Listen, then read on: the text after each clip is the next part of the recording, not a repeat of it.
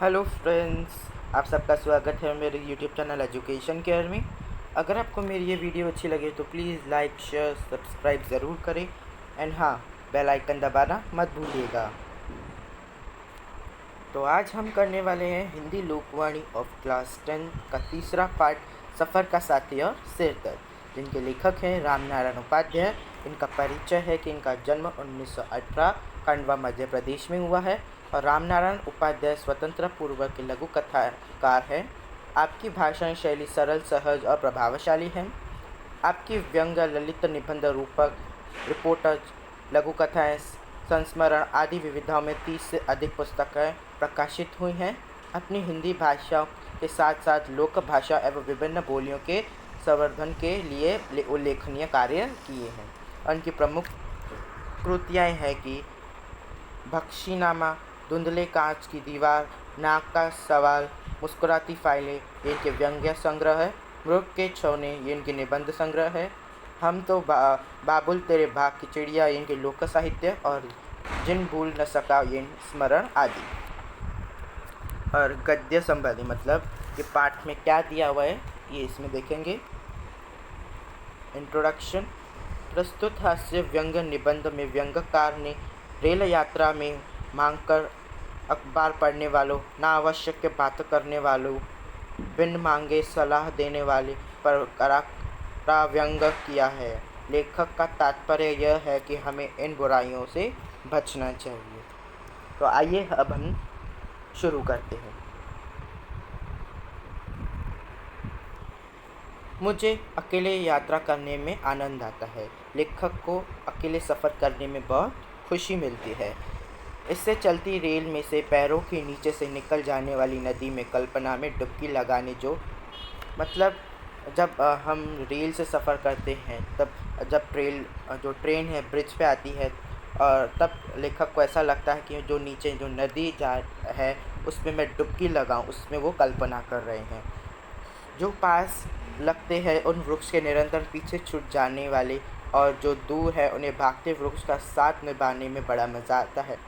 मतलब जब हम ट्रेन से सफ़र करते हैं तो हमें ऐसा लगता है जो वृक्ष हैं वो लगातार पीछे चलते जा रहे हैं और जो अभी आने वाले हैं वो और जल्दी भाग रहे हैं। ये सब इनका साथ निभाने में लेखक को बहुत मज़ा आता है। यात्रा में अगर कोई साथी मिल जाए ऐसा लगता है कि मानो वह मेरी निगाह चुरा रहा हो।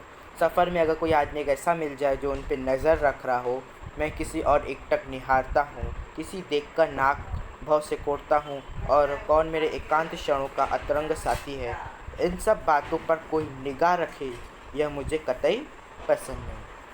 मतलब कि लेखक किधर देख रहा है, क्या कर रहा है, इन सब पलों को अगर कोई देख रहा हो तो वो लेखक को बिल्कुल पसंद नहीं है।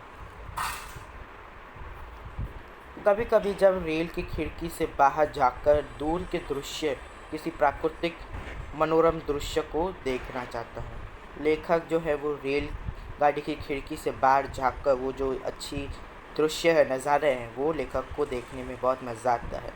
जैसे सूर्योदय और सूर्यास्त तक भी मेरी दृष्टि उच्चटक कर किसी वृक्ष की डाली पर पांव टिकाए बच्चों को देखने में जा उलझती है। तब कैमरा के हिल जाने की तरह सारा दृश्य गायब हो जाता है और मैं सोचता ही रह जाता हूँ कि आखिर में देख क्या रहा था। मतलब ये सब जब लेखक दृश्य देख रहा है, इनके बीच अगर कोई पेड़ पे बच्चे मस्ती कर रहे हैं, पाँव टिकाए बच्चों में को देखना, मतलब कि वो जो पेड़ पे अचानक उसकी डाली पे बच्चे खेल रहे हैं, इस पे नज़र आ जाती है तो लेखक का माइंड उस पर डाइवर्ट हो जाता है। तो लेखक कह रहा है कि सारा दृश्य गायब हो जाता है और जो लेखक जो देखना चाहता है वो दृश्य वो देख नहीं पाता है। कभी कभी मेरी दृष्टि नदी किनारे के सौंदर्य को देखना निहारना चाहती है।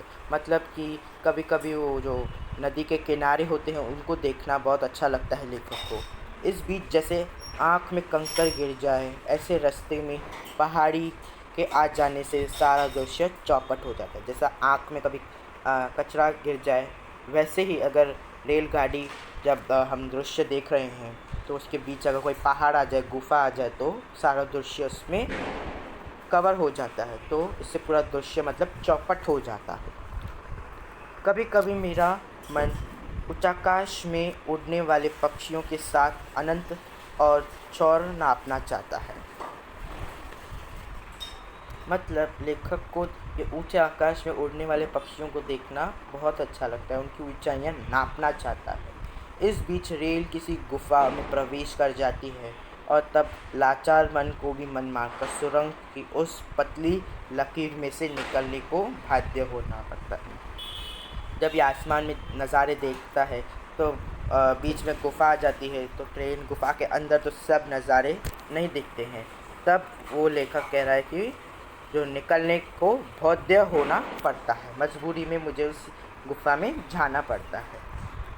वैसे मुझे बस की यात्रा कतई पसंद नहीं है। मतलब लेखक को बस में सफ़र करना बिल्कुल पसंद नहीं है। इसमें यह भी ज़रूरी नहीं कि बगल में बैठने वाला आदमी हमारा मनपसंद नहीं हो। ये हमें तो पता नहीं होता है कि हमारे जो बाजू में बैठा है वो हमारा मनपसंद ही हो।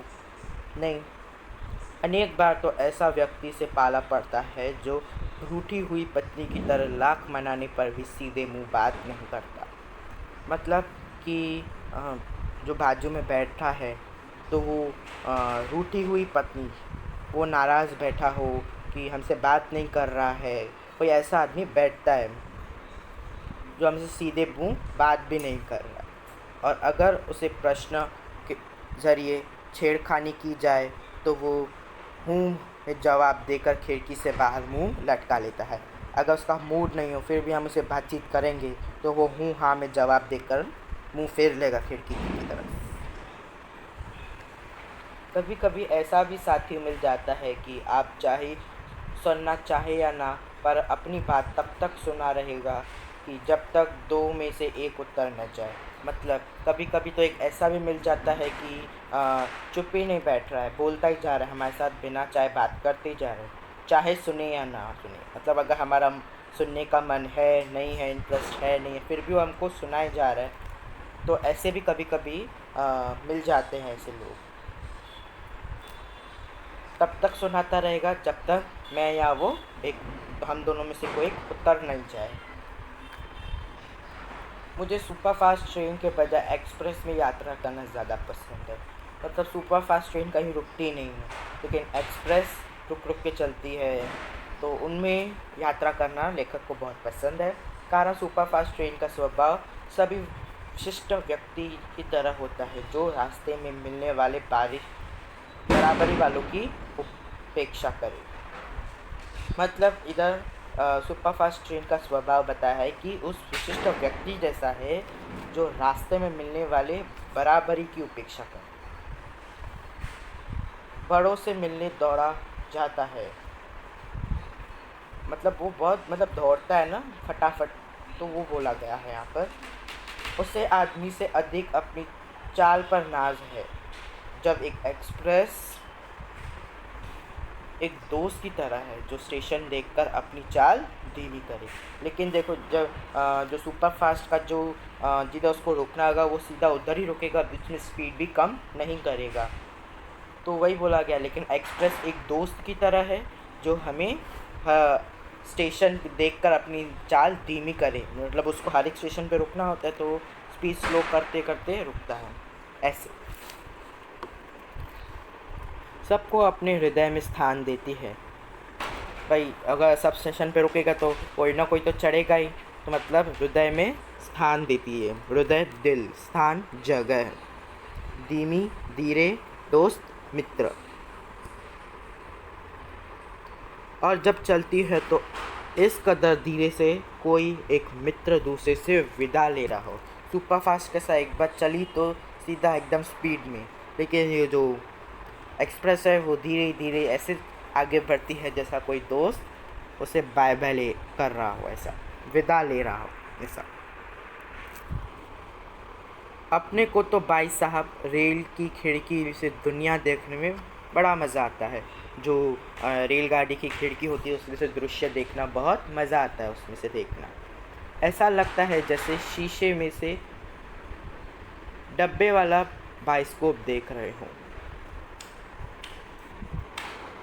लेकिन कोई देखने दे तब तो। जैसे ही अपने पाँव रखा और अपनी सीट पर बैठे कि सामने की सीट पर बैठा यात्री आपकी झोली में से झांकते अखबार की ओर देख कर पूछेगा, क्या मैं इसे ले सकता हूँ। और जैसे ही हम ट्रेन में चढ़े और अपनी सीट पर बैठे तो जो हमारे सामने जो बैठा हुआ यात्री है वो हमारे सीधा बैग पे देखेगा कि उसके बैग में अखबार है, और वो पूछेगा, क्या मैं इसे ले सकता हूँ, ऐसा। भले ही आपने उसे अभी अभी ख़रीदा हो और उसे खोलकर पढ़ना तो दूर, पन्ने पलट कर भी न देखा हो, लेकिन आपको उत्तर की प्रतीक्षा किए बिना अखबार सामने वाले के हाथों में होगा। मतलब कि कोई कोई लोग को ऐसा कि अगर ट्रेन में बहुत टाइम लगता हो तो वो स्टेशन से ही अखबार लेकर बैठ देंगे, जैसे हमारा टाइम पास भी हो जाए और हम न्यूज़पेपर भी पढ़ लेंगे। लेकिन हम बैठने से पहले ही हमारा अखबार किसी और का ही हो जाता है। तो वही लेखक कह रहा है कि भले ही आपने उसे अभी अभी ख़रीदा हो, कि अभी अगर आपने स्टेशन से ख़रीदा हो, खोला भी ना हो, पढ़ना तो दूर, अपने पेजेस टर्न भी नहीं किए हो, फिर भी जब तक आप उसे हाँ कहें तब तक वो आपके बैग में से पेपर उठा के वो पढ़ना भी शुरू कर लेगा। अब आपकी स्थिति मांगने वालों की हो जाएगी और आप उत्सुकता से रो देखेंगे कि समाचार पत्र अब लौटेगी तब। मतलब कि अभी तो उसके पास चले गया है, तो अभी हमारी स्थिति जो है मांगने वालों की, भले वो पेपर हमारा हो पर फिर भी हमारी स्थिति ऐसी हो जाएगी कि अभी हम मांगने वाले हो गए हैं। समाचार पत्र मतलब अखबार। तब भी वे सज्जन एक जमाई लेकर उसे बेतरतीबी से मोड़ते हुए किसी दूसरे मांगने वाले की ओर इस तरह शान से बढ़ा देंगे माने समाचार पत्र आपका नहीं, उनकी निजी संपत्ति है। तभी वे सज्जन एक जम्हाई मतलब इंसान, सज्जन इंसान की तरह वो ऐसे हमारा पेपर होगा फिर भी हमसे बिना परमिशन के भी वो दूसरों को भी पास करेंगे, जैसे कि वो उनकी संपत्ति हो, धन, ऐसा कि उन्होंने ख़रीदा हो, भले ही वो पेपर हमारा हो, और वो बाजू वाले को पास करते जाएंगे कि तेको देखना है तू भी देख ले। देखते देखते समाचार पत्र के पन्ने एक दूसरे से जुदा होकर पूरे डब्बे से चक्कर काटने लगेंगे। कि देखते ही देखते जो अखबार है, कोई क्या आप बोलेगा कि तब तक तू ये एक पेज पढ़ ले, मैं पढ़ लूँगा, फिर मैं तुझे दूंगा। ऐसे करते करते एक एक पेज पूरे डब्बे में जो है वो चक्कर काटने लगेगा, सबको पास होता जाएगा, ऐसा। मज़े की बात यह है कि समाचार पत्र में कितने उपयोग हो सकते हैं। इधर अखबार की उपयोग बताए हैं। इसका अंदाज़ रेल की यात्री करते समय ही लगा सकता है। कोई ललित निबंध की तो कोई संपादकीय पढ़ने से अपनी सीट झाड़ता नज़र आएगा। कोई क्या करेगा, अखबार लेकर जो वो सीट गंदी होगी तो वो सीट उससे पोंछेगा। कोई समाचार पत्र फैलाकर उस पर भोजन करता दिखाई देगा। वो पेपर को पढ़ेंगे नहीं, उसको बहुत सारे यूज़ करेंगे, जैसे कि उस पर खाना रख के खाएंगे वगैरह, ऐसे कुछ झाड़ते हुए, सीट झाड़ते हुए नज़र आएंगे आपको। ऐसे बेचारे समाचार पत्रों वाले ने भी कभी सोचा नहीं होगा कि उसके पत्र के इतने उपयोग हो सकते। जो पत्रकार होता है, समाचार लिखता है, तो उससे भी इतना नहीं पता होगा, कि उसे लगता होगा कि बस न्यूज़ पढ़ेंगे और रख देंगे, लेकिन इतने उपयोग होंगे अलावा तो उसको खुद को नहीं पता होगा।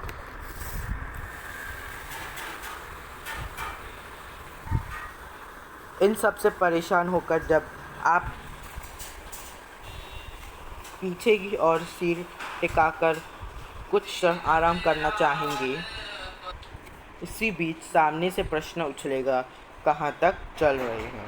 कि जैसे ही अभी समझो हमारा स्टेशन बहुत दूर है तो टाइम लगेगा, तो कोई कोई क्या करता है कि सुबह जल्दी उठते हैं तो सोचते हैं कि ट्रेन में थोड़ा बहुत आराम कर लेंगे, पर जैसे ही पीछे से टिकाकर कुछ पल के लिए आराम करना चाहते हैं, तभी सामने से जो यात्री बैठा होगा वो अपना प्रश्न पूछेगा, मतलब उछलेगा, मतलब वो प्रश्न पूछेगा कि कहाँ तक चल रहे हैं, मतलब आपको कहाँ तक जाना। आप अनमने मन से कहेंगे भोपाल तक। अनमने मन मतलब बेमन से कहेंगे भोपाल तक। पूछेंगे भोपाल गाड़ी कितने बजे तक पहुंचती है। फिर वो सामने वाला पूछेगा वापस कि भोपाल की गाड़ी पे कितने बजे तक पहुंचेगी ऐसा। फिर आप कहेंगे 3:15 बजे। उनका तर्क होगा मतलब वापस से सवाल। पहले तो 4 बजे पहुंचती थी कि पहले तो जब हम भोपाल जाते तब तो 4 बजे पहुंचती थी, फिर अभी 3:15 बजे कैसे ऐसा। कहाँ टाइम बदल गया है ऐसा। बोले गाड़ी में तो कई जगह चेन पुलिंग होती होगी, आज की तारीख में पहुंच जाए यह गनीमत है। गनीमत मतलब बहुत है। आप सोचेंगे चर्चा का अंत हुआ। अभी आप सोचेंगे कि ये जो डायलॉग है अभी यहाँ पर ख़त्म हुआ, चर्चा अंत ख़त्म।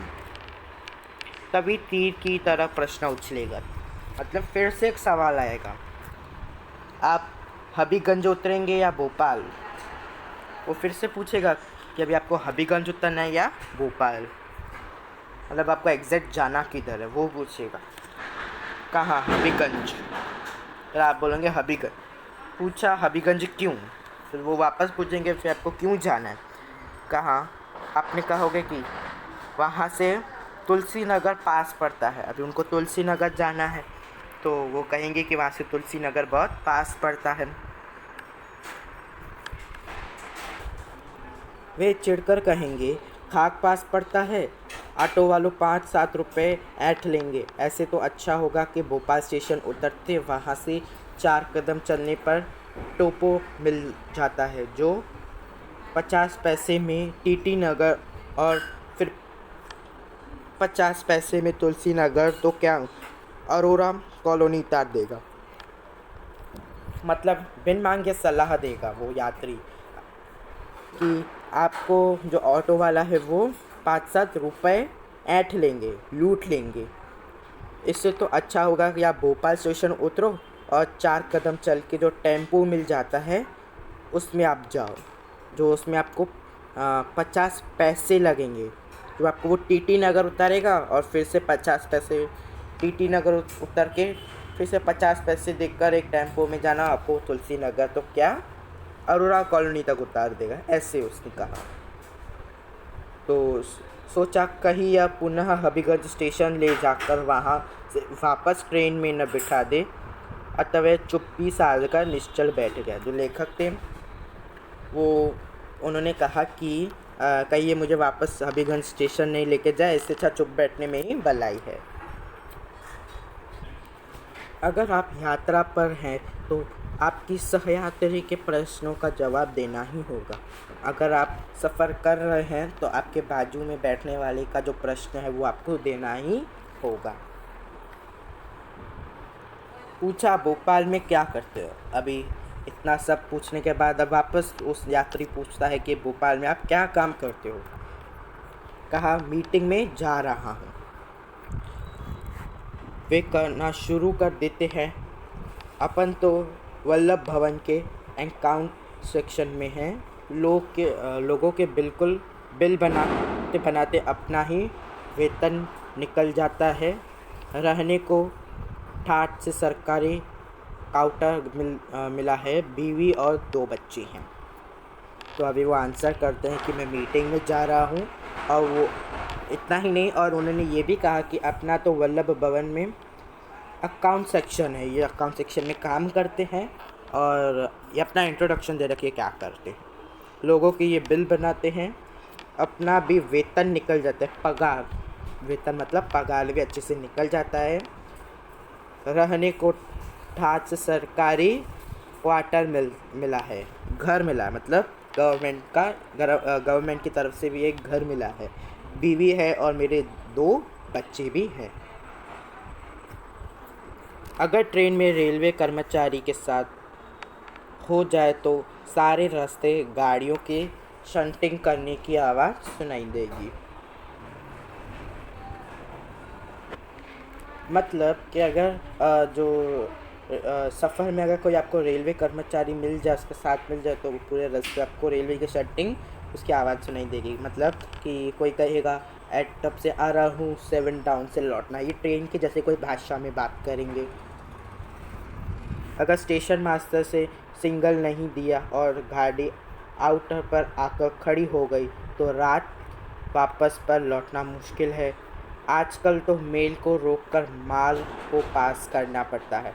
मतलब जो मेल गाड़ी है उसको रुककर पहला माल को, जो उसके अंदर प्रोडक्ट है उसको पास कर, जो माल गाड़ी होती है उसको पास करना पड़ता है। ऐसा कारण मालगाड़ी में भरे माल के बिगड़ने का डर रहता है कि जो मालगाड़ी जो है उसमें का जो प्रोडक्ट है वो कहीं बिगड़ नहीं जाए, इसलिए पहला मालगाड़ी को जाने देते हैं, जबकि मेल में बैठा आदमी बिगड़ता है। मेल में जो बैठा हुआ आदमी है वो गुस्सा हो जाता है। ऐसा अरे नाराज़ भी तो नहीं होता, क्या देखकर नाराज़ होगा। अगर शिकायत करना चाहे तो शिकायत पुस्तिका मांगे, जब तक शिकायत पुस्तिका आएगी तब तक रेल चली जाएगी। पुस्तिका मतलब लिखित में, अगर हम शिकायत करना हो तो हमें लिखित में करनी पड़ेगी। जब तक वो हमारी लिखित आएगी ग्रांट जो एक्शन लेंगे तब तक तो वो निकल भी जाएगी। ऐसा वो ट्रेन वहाँ से निकल जाएगी। ऐसा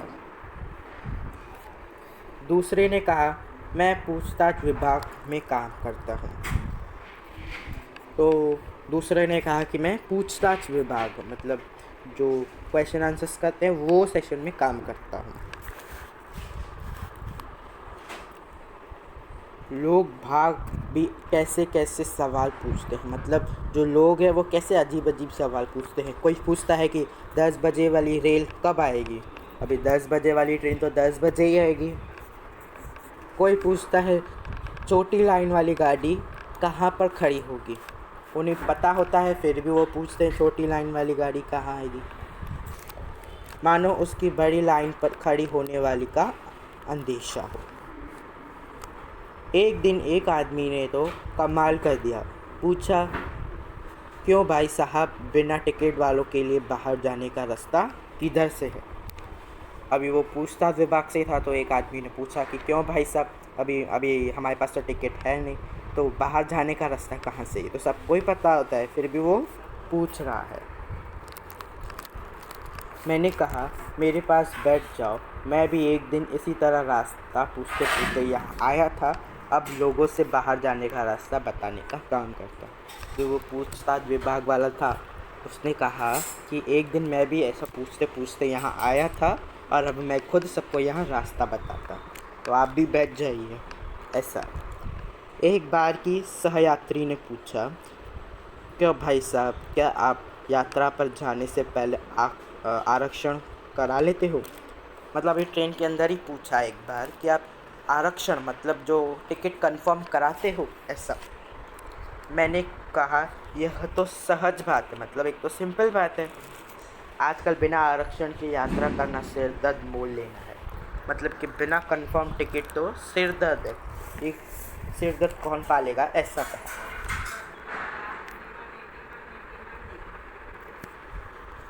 वे बोले आप भी अजीब आदमी हैं, सिर दर्द तो आरक्षण करने में है।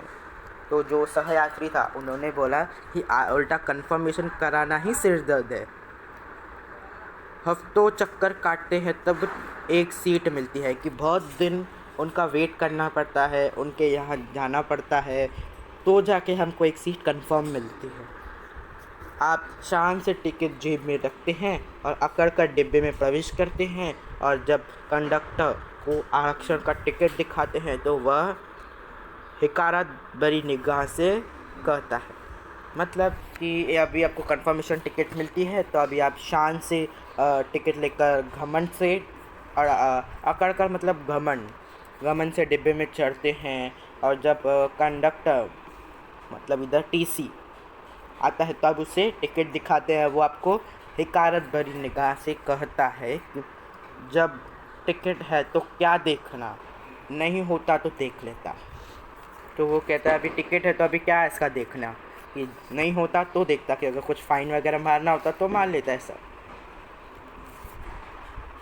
वही दूसरे यात्री के पास जाता है, उसके पास न टिकट है न आरक्षण। इशारे इशारे में कुछ बातें होती है और उसे वही जहाँ से चाहता है, जहाँ तक के लिए चाहता है वहाँ तक के लिए सीट मिल जाती है। मतलब कि एक दूसरे फेर यात्री के पास जाता है वो टीसी, उसके पास टिकट नहीं होती है, न कंफर्मेशन टिकट होती है, तो वो इशारे इशारे मतलब वो कमीशन मांगता है ना, वो रिश्वत, और उसको जहाँ तक जाना होता है उसके लिए वो सीट फिर मिल जाती है। देखा नहीं आपने, रेल के हर डब्बे पर लिखा है भारतीय रेल जनता की संपत्ति है, इसे सुरक्षित रखिए। लेकिन इसे पीछे तक अलग ही भारत भी होता है, भारतीय रेल कंडक्टर की संपत्ति है। तो रेल के डब्बे के पीछे लिखा होता है कि भारतीय रेल जनता की संपत्ति, मतलब जो ये रेलगाड़ी वो लोगों की संपत्ति है, इसे सुरक्षित रखिए, सेफ रखिए। और लेकिन इसके पीछे एक अलग ही इबारत भी होती है, भारतीय रेल कंडक्टर की भी संपत्ति, मतलब ये टीसी की संपत्ति भी है। मतलब टीसी की संपत्ति है, मतलब उन्हें रिश्वत, ऐसा कहना चाहते हैं कि वो रिश्वत की भी संपत्ति है ऐसा। सांझ हो चली थी, डिब्बे की बत्तियां जलने लगी थी। सांझ मतलब शाम, शाम हो गई थी और डिब्बे की जो लाइट थी वो चालू हो गई थी। लोगों ने अपने अपने हॉलडॉल बिछाने शुरू कर दिए। हॉल मैंने भी थक कर चूर हो जाने कारण सिर दर्द की एक गोली खाई और लेटने लगा। अभी इतना सब हो गया था तो अभी लेखक को सिर दर्द हो गया था, तो वो लेटने लगे थे, उनको लेटना था। सहयात्री ने देखा तो पूछा, क्या आपको सिर दर्द हो रहा है? अभी जो लेखक के जो सहयात्री थे उनके साथ जो थे, उन्होंने पूछा कि आपको सिर दर्द हो रहा है? तो लेखक ने कहा, जी हाँ हो रहा है। तो वे बोले कि आप ऐसी वैसी गोलियां क्यों खाते हैं, इससे रिएक्शन हो सकता है। मतलब कि डॉक्टर के बिना पूछे परमिशन के भी कैसे गोलियां क्यों खा रहे हो ऐसा। फिर पूछा, कल क्या खाया था? फिर उन्होंने वापस पूछा कि आपने कल कुछ खाया था? रास्ते में कहीं पूरी कचौड़ी तो नहीं खा ली, कि रास्ते पे जो कचौड़ी वचौड़ी मिलती है वो तो नहीं खा ली? अरे ये रेलवे ठेकेदार कल भी बासी पूरी कचौरी को उबलती कढ़ाई में डालकर ताज़ा के नाम पे बेच देते हैं। अगर आपने खा ली हो तो मतलब वो ठेकेदार क्या करते हैं कि वो जो कल की बची हुई कचौड़ी को फिर से गर्म करके आपको दे देते हैं। कहेंगे हाथ लगा के देखो गर्म है कि नहीं। उन्हें तो अपने जेब गर्म करनी है, मतलब जेब गर्म करना मतलब पैसों से भरना ऐसा।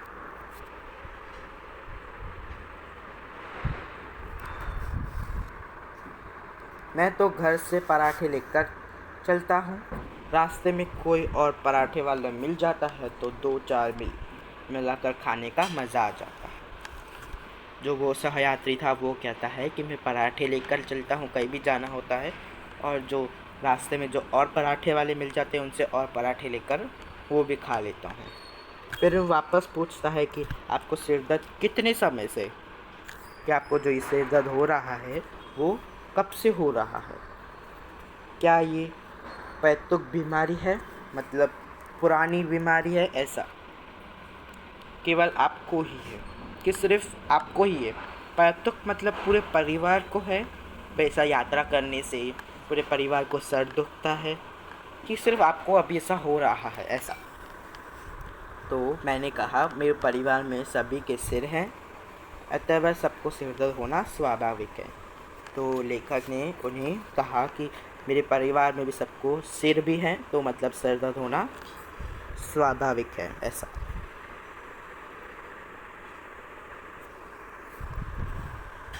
वे बोले, क्या आप भी बिना सिर पैर की बातें कर रहे हैं? तो जो सहयात्री थे तो उन्होंने कहा कि क्या आप भी बिना पैर की बातें कर रहे हो? जिनके पाँव में शनि होता है उन्हें भी सिर दर्द होता है। अभी ये अपना कुछ लेके आए कि जिनके पाँव में शनि होता है तो उन्हें सिर दर्द होता है, जिनके पेट में गैस होती है उन्हें भी सिर दर्द होता है। अभी ये कुछ लेके आए अपना सहयात्री। तो लेखक बोले कि आप बजा फरमाते हैं, जब मैं घर से चला तो भला चंगा था।